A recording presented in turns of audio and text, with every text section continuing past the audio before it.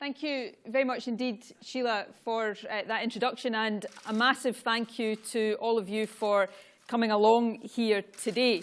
I'm very conscious of the fact that I'm standing here today making this speech on the day, and certainly in the week, that many young people across Scotland return to school, including, of course, almost 60,000 young children who are entering Primary 1. 60,000 excited little minds, eager to learn, curious about the world around them. And the duty that we have as a society to each and every one of them is, I think, absolutely sacred. I had the privilege, and it was indeed a privilege, of visiting some of those Primary 1 children just a wee while ago at Clovenstone Primary. And it's impossible, I always think, when I visit schools, particularly the early years of primary school, not to find yourself thinking back to your own school days. Now, I have to say, with every year that passes, that becomes more of a challenge for me, since it is 40 years since I entered Primary 1. But nevertheless, I, as a young person, was very fortunate. The education I got at Dreghorn Primary School and Greenwood Academy in Ayrshire was first class. The teachers I had at both of those schools were superb, and the quality of the education I got, together with, and this I think is a crucial point, wonderful parents who always encouraged me to see horizons beyond anything that they had ever experienced, are the reasons that this working class girl from Ayrshire can stand here today before you as the First Minister of Scotland. So it matters deeply to me personally that every young girl and every young boy growing up today, regardless of where they were born, regardless of what their family circumstances might be, get the same chances that I had when I was growing up all these years ago. And of course, as Sheila has rightly said, it also matters to us as a nation. Scotland pioneered the idea of universal access to school education back in the 17th and 18th centuries. And ever since then, a commitment to education has been part of our identity, part of our very sense of ourselves as a country. But I think it's much more, about much more than just pride in our past. Excellence in education is essential to our prosperity, our competitiveness, our well-being. Indeed, it is essential to our overall success as a nation in the future as well, just as it has been in the past. And so, since this is the first school year to start since I became First Minister, I want to make clear beyond any doubt the intention of me and of my government to ensure that Scotland's proud educational traditions are renewed and refreshed for the modern age, so that they stand not as a symbol of our past, but as the hallmark of our future as a country. I want to be able to say, and I want to be able to say it with confidence and with evidence, that there is no better place in the world to be educated than here in Scotland.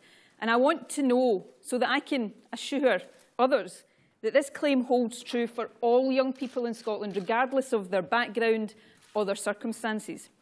And in outlining how my government will help the children starting school this week, and indeed all young people in Scotland, to have the best possible start in life, I will set out two overarching priorities.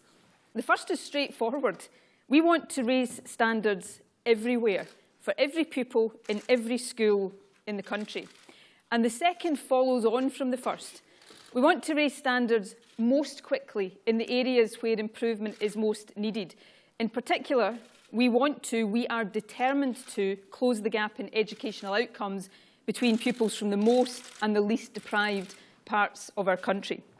Before I talk about how we are going about doing that, I want to emphasise a basic and very important truth, albeit one that is far too often overlooked. Despite the undoubted challenges that we face, Scotland's schools are a success story.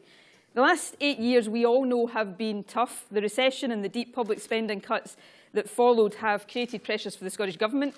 They've created pressures for local government and for many families across the country. But the fact remains that education in Scotland has, against that background, made progress. The introduction of Curriculum for Excellence has been a major step forward, and one which is now attracting international attention. It gives teachers more flexibility, it provides a broader education for our young people, and it sets higher standards for achievement than ever before. More than 500 schools have been rebuilt or refurbished since 2007. That's 1/5 of all school premises in the country and 200 more than in the previous 8 years. We've provided funding to maintain teacher numbers this year. In 2006, more than 15,000 primary 1 children were in classes of more than 25. Today, that figure is below 500. In 2007, just 45% of students stayed on at school until 6th year. Now the proportion is 62% staying on until 6th year. And one reason I'm sure amongst many that increase has been possible is that we chose as a government to retain the educational maintenance allowance when it was being abolished in England, a step which benefits 35,000 school pupils and college students every year. And we're seeing better outcomes than ever before. School leaver destinations are the best on record. Of the students who left school last year, more than 9 out of 10 were in employment, education or training 9 months later. And of course, 2 weeks ago, young people in Scotland gained a record number of passes at higher and advanced higher. And the successes haven't just been about hires. More people received awards, national certificates and national progression awards, qualifications relating to wider skills for life and work, for example, in childcare, in construction, leadership and personal finance. The fact is we're providing a more flexible school environment with more qualifications which provide real routes into work. And preparing young people for the world of work is going to be an even bigger focus for us in the future. It's an area where we're working increasingly closely with employers. We're implementing a national plan for developing the young workforce and widening access to our universities. As a result, we're expanding what young people can learn and where they can learn it. Finally, I think it's worth saying something about school inspections because they attracted some attention last week. In our last national performance report, 90% of schools were graded satisfactory or better. But to suggest, as some have done, that this means 90% of schools are just satisfactory is simply wrong, because that ignores the or better part of that categorisation. In fact, the percentage of schools with a grading of just satisfactory was 21%.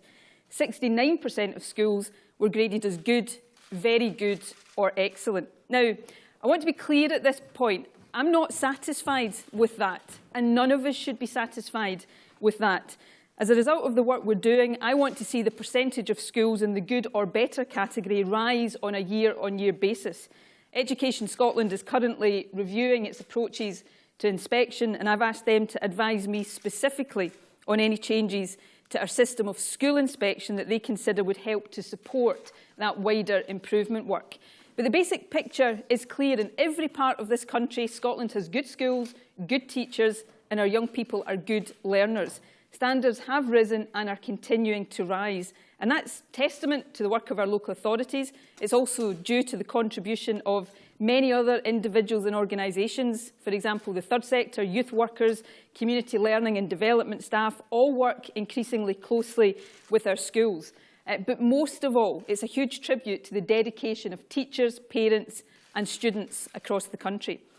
Wester Hailes Education Centre, where we are all right now, is a good example of this progress, and in many ways an example that brings all of what I've just been talking about to life.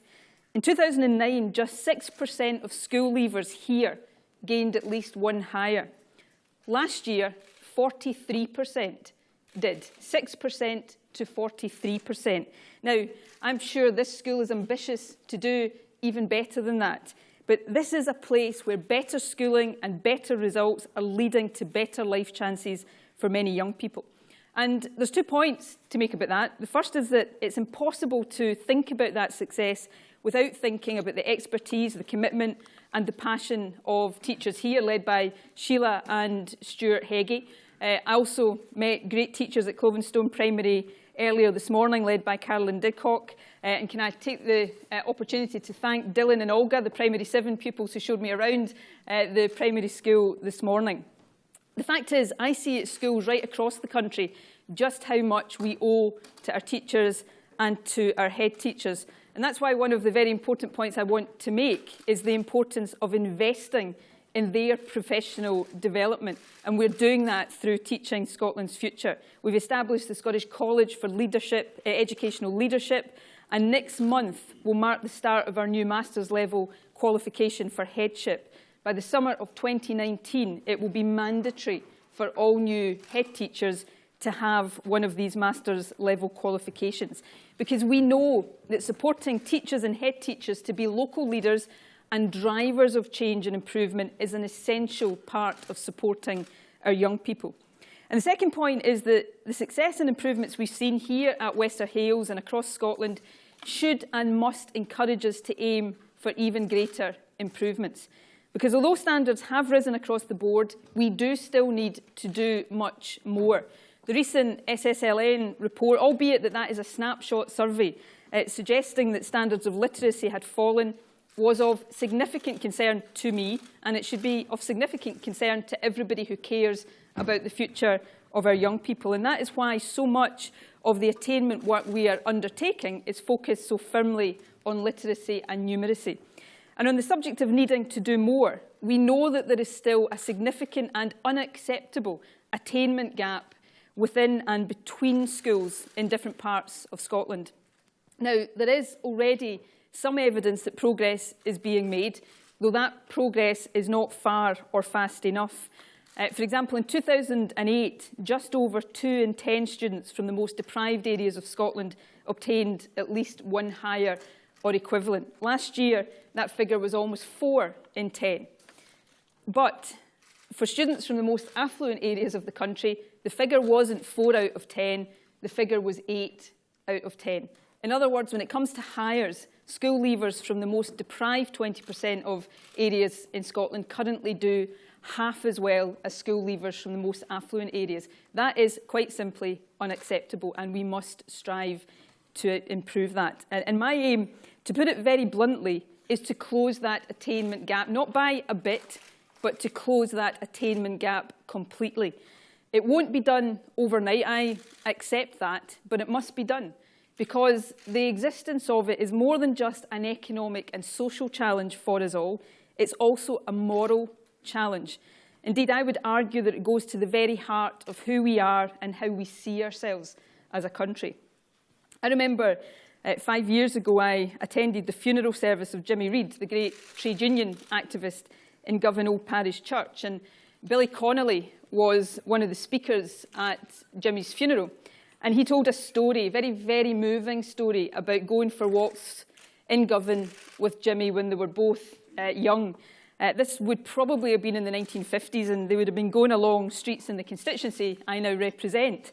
But Jimmy would point to a tower block and say, behind that window is a guy who could win Formula 1, behind that one there's a winner of round the world yacht race, and behind the next one, etc. And none of them will ever get the chance to sit at the wheel of a racing car or in the cockpit of a yacht. Now, that's a poignant way of expressing the way in which poverty stifles aspiration. Despite our many achievements, it's still far too relevant today. And of course, it's not just relevant to the exceptional occupations like the ones Jimmy was talking about. If you look at a profession like medicine, the most deprived 20% of areas in Scotland provide 1 in 5 of our school leavers, but just 1 in 20 successful entrants for medicine and dentistry. Now, that underrepresentation is not a reflection of young people's talent. It reflects the fact that for all the great work that goes on in schools across the country, too many children have their life chances influenced more by where they live than by how talented they are or how hard they work. And if we're missing out on many of the talented medics of the future, it doesn't take much imagination to know what else we're missing out on. Engineers, computer coders, life scientists, artists, teachers, even the odd MSP or MP, perhaps. The attainment gap doesn't simply hold back young people who deserve the chance to fulfil their potential. It impoverishes all of us as a society. So that's why closing that gap is a defining challenge for the government that I lead and for our society as a whole. Now, I'm very aware, as I'm sure everybody in this room is, that a huge amount of what we need to do goes far beyond the education system. By the time children are entering school at the age of 5, the gap in vocabulary between the poorest and wealthiest families can already be 18 months. So at a time when the UK government cuts to tax credits and welfare are hurting so many households, the work we are doing to support children and families matters hugely. That's why it's vital to tackle poverty. It's vital to use the Scottish Parliament's new welfare powers wisely when we get them. And it's why we're supporting parents through investment in more health visitors for young children and through early reading projects like BookBug. And it's why, of course, our major expansion of early learning and childcare is one of the best investments we will ever make as a country. But school education and how that relates to people's home and family circumstances is hugely important. That's why it is the main focus of my remarks today. And while we must recognise and we must address the factors beyond the school gates, we must never, ever become content to shrug our shoulders and accept that these factors make under-attainment in our schools inevitable for some young people. Instead, I think we've got a duty to see school education as one of the most powerful tools we have at our disposal to help to overcome the disadvantages associated with poverty. We must make a reality of that old adage that education is the great leveller in life. So I want to outline today some of the work we're doing to increase standards in all schools and, crucially, our focus on raising them most quickly in the areas where it's most needed. We're focusing some of our key initiatives on primary schools because we firmly believe that if we can close the attainment gap when children are young, the benefits will continue into secondary school and well beyond. And we'll focus in particular on young people's literacy, numeracy and their health and well-being. We're ensuring that the education system adapts to the career paths and work patterns of the future. That's a major theme of our work on developing the young workforce. But we understand that to do that, we've got to ensure that all children have a good grounding in the most essential skills. After all, children's ability to read, write and count and be confident, happy and healthy learners underpins their success in all other subjects and will underpin their success right throughout their lives. So I'll talk about our plans for improving literacy and numeracy in particular. But I want to begin with a fundamental point. When it comes to the education of our young people, and when it comes to improving attainment and closing the attainment gap, what matters to me is what works. In fact, that's the only thing that should matter to any of us. What can we show and evidence to be effective? That's why the Scottish Government has been happy and will continue to be happy to learn lessons from right around the world.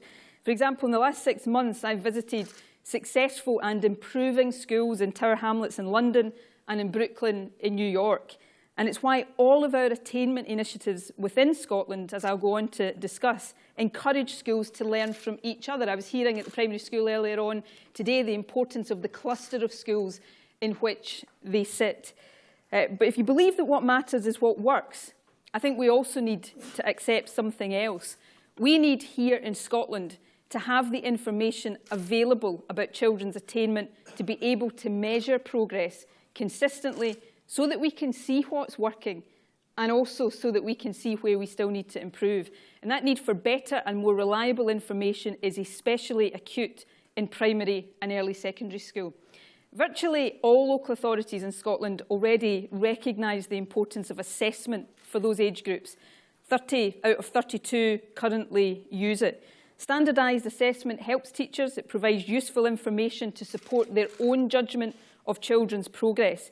But many local authorities right now use different systems, and that makes it much more difficult, makes it pretty near impossible to get a clear and consistent picture of progress. So that is why we are now developing a national improvement framework. I'll say more about the framework and in particular how it will address this issue of a lack of clear and consistent information when I set out my programme for government to the Scottish Parliament exactly 2 weeks today. But the basic purpose of the improvement framework will be to provide clarity on what we are seeking to achieve and to allow us to measure clearly where we're succeeding and where we still need to do more. Because by doing that, it will enable us to raise standards more quickly. And as a result of that, it will help to change the future for young people across our country. And of course, by doing all of that, The improvement framework will help to underpin all of the other steps that we're taking to improve attainment. Last year, we launched the Raising Attainment for All programme. That's a voluntary programme now covering more than 250 schools in 24 local authority areas. It's not about significant extra funding. That's not always possible in the financial climate we live in, but it's about helping schools to try new things and to learn from each other. So the schools themselves identify what they will do to improve standards. They then assess whether those actions are working. One school is focusing on setting aside time so that children can read for pleasure. Another is prioritising written work amongst a certain age group. Another might work on improving numeracy. And others are trying different approaches according to their particular needs. And these ideas and examples and evidence are shared with other schools so that the ones that work best can be used more widely. And Raising Attainment for All has been working well in the past year, but we know we need to do more. So we're now supporting the recruitment of an attainment advisor in every local authority area, and we're launching 2 further initiatives specifically for primary schools. The Read, Write, Count, Literacy and Numeracy campaign began just yesterday, and in the coming months, all children in Primary 1 will be sent a pack of books and learning materials. Primary 2 and 3 will receive a pack next year. And the campaign encourages young children to read, and crucially, it recognises the fundamental importance of parents. So it provides advice for possible activities, whether it's reading to children at bedtime or playing counting games in the supermarket. And it also includes special sessions targeted in areas of greatest deprivation, which bring parents together with teachers. And of course, most importantly of all in this context, the Scottish Government announced earlier this year that we will allocate an additional £100 million over the next 4 years to a Scottish Attainment Challenge. That challenge focuses specifically on and provides additional funding for literacy, numeracy and health and wellbeing in primary schools in our most deprived areas. A large proportion of the Attainment Fund has been allocated to the 7 local authorities that have the highest concentration of pupils living in poverty. And each of these authorities is developing its own plans according to its own priorities. Most of this extra funding is being used to recruit more staff, more teachers, classroom assistants, learning support specialists and family link workers. And as a result, the schools will be able to provide even better support for children and for parents in the areas where it is most needed. So Western Bartonshire, for example, will provide more targeted support as children move from nursery to primary and then from primary to secondary school. It's also recruiting more maths specialists to improve teaching in primary school. Dundee's plans have got a strong focus on music, on drama and dance. Glasgow is recruiting up to 90 additional teachers and looking at staff development, amongst other issues. And the point is, each local authority has flexibility, and the government, together with each authority, will closely monitor the results of the different interventions so that evidence of what works can be shared more widely. But the fund isn't solely for those 7 local authorities, and today I'm able to confirm that it will support an additional 57 schools in another 14 local authority areas. And that takes the total number of primary schools benefiting from the Attainment Fund to more than 300. One of the reasons I visited Collinstone today is that it's one of the Edinburgh schools that will benefit. It's a school, as I saw this morning, that already has a strong focus on literacy and numeracy and which is working increasingly closely with parents in the wider community. I was able to hear this morning of the successful efforts to re-establish the Parent Council after many years without one. But this funding will enable it to do even more for all of its students, including the boys and girls I met today who were just starting Primary 1. And the final area we're focusing on is aspiration. And I think this is particularly important, particularly for some of our youngsters in the most deprived parts of our country. And I want to be clear what I mean here, because it's sometimes easy to talk as though it's the job of adults to give children aspirations, as though they wouldn't have ambitions otherwise. But actually, most young people are full of ambition. Most young people are full of dreams. What is often lacking as they get older is the information, the support, the role models, which can make them see, and perhaps even more importantly, make them believe that those aspirations are achievable for people like them. So that's why we're putting together an aspirations package for schools. We're going to work with organisations like the Children's University, as well as with local employers and entrepreneurs, to ensure that young people have access to the experience, the knowledge, the networks that make them realise what they can achieve. It's a practical approach which will help young people understand the work that they need to do to realise their ambitions, and it's consistent with the aims of the Commission on Developing the Young Workforce. And it's another way of giving all our young people a fair chance to succeed, to find work which makes good use of their talents and which enables them to lead productive, fulfilling and happy lives. And that, I think, more than anything else, is what this government wants to achieve. I spoke earlier about Jimmy Reid's reflections on the wasted potential he saw when he was growing up in Govan. And Jimmy's famous Glasgow University rectorial address in 1972 captured the same point differently but just as well, when he said that the untapped resources of the North Sea are as nothing compared to the untapped resources of our people. My priority for my time as First Minister, and let me be clear, I want to be judged on this. My priority for my time as First Minister is that every young person gets the same advantage that I did when I was lucky growing up in Ayrshire.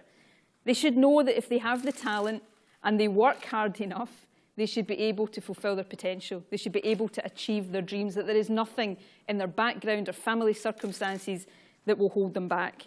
Now, that's a challenge for schools, for local government, for the Scottish Government. Indeed, it's a challenge for society as a whole, but it is one in which I and my government is determined to show leadership, because by succeeding here, we will secure a fairer and more prosperous future, not just for the boys and girls starting school today, but for all young people and for our country as a whole. That's a prize, in my view, worth striving for, and I am determined to do it. Thank you very much indeed for listening this morning.